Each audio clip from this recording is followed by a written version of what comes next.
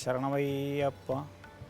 ഭൂതനാഥ സദാനന്ദ സർവഭൂതദയാവര രക്ഷ രക്ഷ മഹാബാഹോ ശാസ്ത്രേ തുഭ്യം നമോ നമഃ. അയ്യപ്പ ദർശനത്തെ സംബന്ധിച്ചിടത്തോളം സാധാരണ മനുഷ്യ ജീവിതത്തിൽ സൃഷ്ടി സ്ഥിതി സംഹാരം അങ്ങനെയാണ് പോകുന്നത്.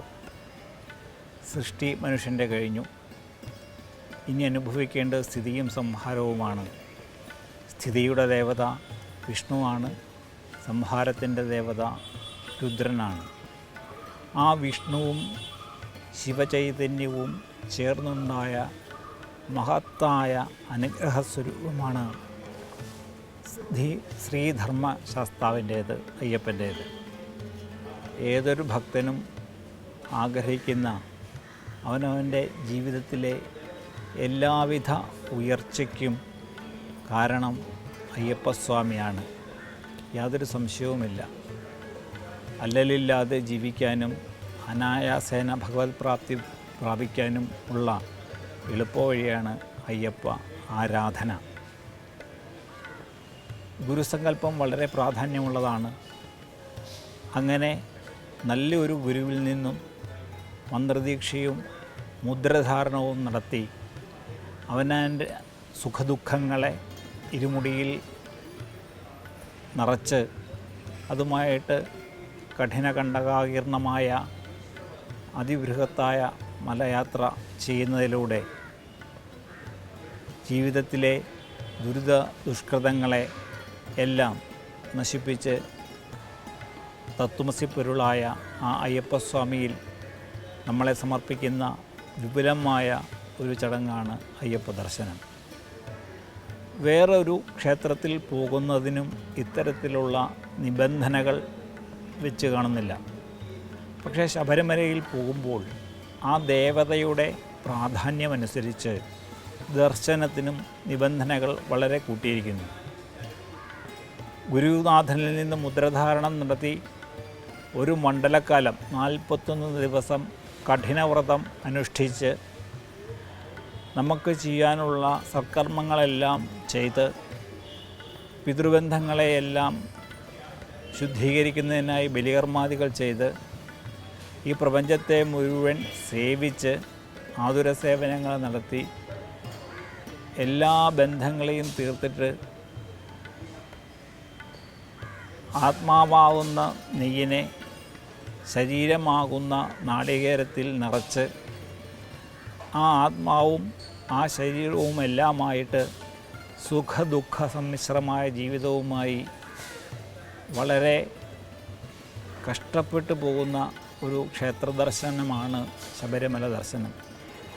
ഈ ബൃഹത്തായ തത്വം മല കയറി തത്വമസി പൊരുളായ അയ്യപ്പനെ കാണുമ്പോൾ നമ്മളാകുന്ന ആ ആത്മാവിനെ നെയ് സ്വരൂപത്തിൽ ഭഗവാനിൽ അഭിഷേകം ചെയ്ത് യോജിപ്പിക്കുകയും ശരീരമാകുന്ന ആ ഒരു ഉപാധിയെ അഗ്നിയിൽ ലയിപ്പിക്കുകയും ചെയ്ത് ഇഹജീവിത മോക്ഷപ്രാപ്തിയിലേക്ക് നയിക്കുന്ന ഒരു മഹത്തായ കർമ്മമാണ് അയ്യപ്പ ദർശനത്തിലൂടെ നാം സാക്ഷാത്കരിക്കുന്നത്.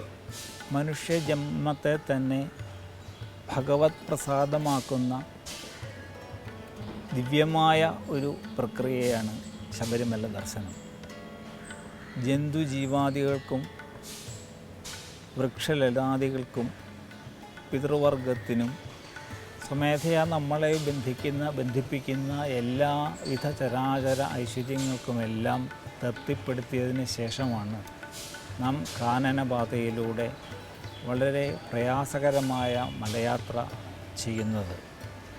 നമ്മുടെ ഇഹത്തിൽ അനുഭവിക്കുന്ന ദുഃഖദുരിതങ്ങളെ മുഴുവൻ ഇരുമുടിക്കെട്ടിലാക്കി നമ്മളെ തന്നെ നാളികേര സ്വരൂപത്തിലേക്ക് ലയിപ്പിച്ച് അതിൻ്റെ ജീവാത്മഭാവത്തെ ഭഗവാനിൽ ലയിപ്പിക്കുകയും ശേഷഭാഗമായ ശരീരഭാഗമായ നാളികേരത്തെ ഹോമാഗ്നിയിൽ ലയിപ്പിക്കുന്നതും ചെയ്യുന്നതോടും കൂടിയിട്ട് ഏതൊരു ഭക്തനും ഭഗവാനിൽ വിലയം പ്രാപിച്ച് തത്വമസി പൊരുളായ അയ്യനെ അറിയുകയാണ്. മറ്റുള്ള ക്ഷേത്രങ്ങളെ അപേക്ഷിച്ച് ക്ഷേത്ര ദർശനത്തിന് വളരെ ചിട്ടവട്ടങ്ങൾ ഒരുക്കിയിരിക്കുന്ന ഒരു ക്ഷേത്രമാണ് ശബരിമല. ഗുരുവായൂരിൽ പോകണമെങ്കിലും വൈക്കത്ത് പോകണമെങ്കിലും ഏറ്റുമാനൂർ പോകണമെങ്കിലും ഒരു ഭക്തനെ സംബന്ധിച്ച് ഇത്രയധികം ചിട്ടവട്ടങ്ങൾ പാലിക്കേണ്ടതില്ല.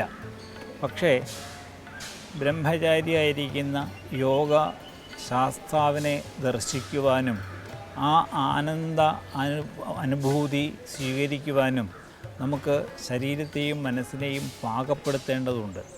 അതുകൊണ്ടാണ് ഇത്തരത്തിലുള്ള വളരെ കഠിനമായ വ്രതാനുഷ്ഠാനം ഭഗവാൻ നമുക്ക് ഇന്ന രീതിയിൽ ദർശനം നടത്തണമെന്ന് ചിട്ടപ്പെടുത്തിയിരിക്കുന്നത്.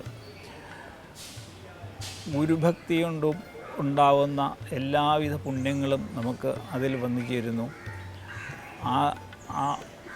ആധുനിക കാലത്തിന് അനുഭവിക്കുന്നതായിട്ടുള്ള ദുരിതങ്ങൾ, ദോഷങ്ങൾ, രോഗങ്ങൾ, അങ്ങനെ മനുഷ്യജന്മം അനുഭവിക്കുന്ന എല്ലാവിധ ദുരിത ദുഷ്കൃതങ്ങൾക്കും അറുതി വരുത്തുവാൻ വേണ്ടിയിട്ടുള്ള ഏറ്റവും പുണ്യമായ ഒരു ചടങ്ങാണ് ശബരിമല അയ്യപ്പനിൽ നിന്ന് നമുക്ക് ലഭിക്കുന്നത്. ഒരു മേൽശാന്തി പൂജ കഴിഞ്ഞതിന് ശേഷം പാടി, ഇതിലും പരമൊരു സുകൃതമുണ്ടോ, ഒരു മനുഷ്യജന്മത്തിൽ അനുഭവിക്കാവുന്ന ഏറ്റവും പരമമായ സുകൃതമാണ് അയ്യപ്പ പൂജ. ജന്മത്തിൽ വളരെ അധികം ക്ലേശങ്ങൾ അനുഭവിക്കുന്ന ഭക്തന്മാർക്ക് കൂടുതൽ ഐശ്വര്യം നൽകുന്ന ഒരു ഭഗവത് സ്വരൂപമാണ് അയ്യപ്പസ്വാമി. വളരെ ഈ ജന്മത്തിൽ വളരെ വിരളമായിട്ട് ലഭിക്കുന്ന ഒരു മഹാ അനുഗ്രഹമാണ് അയ്യപ്പസ്വാമിയെ പൂജ ചെയ്യാൻ ലഭിക്കുന്ന വിരളമായ ഈ ഒരു സന്ദർഭം. പൂർണ്ണമായിട്ടും അയ്യപ്പനെ മനസ്സിലാക്കാനും അയ്യപ്പസ്വാമിയെങ്കിലേക്ക് ലയിക്കാനും ഒരു വർഷക്കാലം അയ്യപ്പൻ്റെ കൂടെ അവിടെ അയ്യപ്പ ഭജന നടത്തുവാനും കിട്ടുന്ന ജീവിതത്തിലെ പുണ്യമായ സുകൃതമാണ് ആ ഒരു വർഷക്കാലം നമുക്ക് ലഭിക്കുന്നത്. കോടാനുകോടി ജനങ്ങളുടെ അയ്യപ്പ പ്രാർത്ഥനകളെ മുഴുവൻ നമ്മുടെ മന്ത്രശക്തി കൊണ്ട്, തപശക്തി കൊണ്ട്, പ്രാർത്ഥന കൊണ്ട് അയ്യപ്പൻ്റെ പാദത്തെങ്കിൽ ലയിപ്പിക്കുക എന്ന പുണ്യമായ ഒരു ചടങ്ങാണ് മേൽശാന്തി അവിടെ പ്രയോഗിക്കേണ്ടത്. അങ്ങനെ എല്ലാ ഭക്തന്മാർക്കും അനുഗ്രഹം കിട്ടണം, എല്ലാ ഭക്തന്മാർക്കും അവരുടെ പ്രാർത്ഥന ഫലിക്കണം. അവരെന്ത് ഉദ്ദേശിച്ചാണോ മല കയറുന്നത് അവർക്ക് സൗഭാഗ്യം ഭഗവാൻ കൊടുക്കണം. അങ്ങനെയുള്ള എന്തു പ്രാർത്ഥനകളെയും ഭക്തന്മാരുടെ പ്രാർത്ഥനകളെയെല്ലാം നമ്മളുടെ പൂജയിലൂടെ ഭഗവാന്റെ തൃപ്പാദത്തെങ്കിൽ ലയിപ്പിക്കുന്ന പുണ്യമായ ഒരു ചടങ്ങാണ് മേൽശാന്തി നിർവഹിക്കുന്നത്. ഏതൊരു മേൽശാന്തിയെ സംബന്ധിച്ചും പൂർണ്ണ ഭക്തന്മാരുടേതായിട്ടുള്ള പ്രാർത്ഥന അവിടെ അയ്യപ്പ പാദത്തെങ്കിൽ സമർപ്പിക്കുക എന്നതാണ് അതിന് നിക്ഷിപ്തമായ കർത്തവ്യം. അത് സത്യസന്ധമായും വളരെ പവിത്രമായും ശ്രദ്ധയോടും ഭക്തിയോടും കൂടി നമ്മളവിടെ സമർപ്പിക്കുകയാണ് നമുക്ക് ചെയ്യാൻ പറ്റുന്നത്, അത് ചെയ്യേണ്ടത്. അതുകൊണ്ട് ഇഹജന്മത്തിൽ കിട്ടുന്ന വലിയൊരു സുഹൃതമായ ആ മേൽശാന്തിപദത്തിനെ ധന്യമായി ഭഗവാന് സമർപ്പിച്ച് നമ്മൾ മലയിറങ്ങുവാനൊരു സൗഭാഗ്യം കിട്ടി. അതൊരു വലിയ ജീവിതാനുഗ്രഹമായിട്ട് കാണുന്നു. സ്വാമിയെ ശരണം.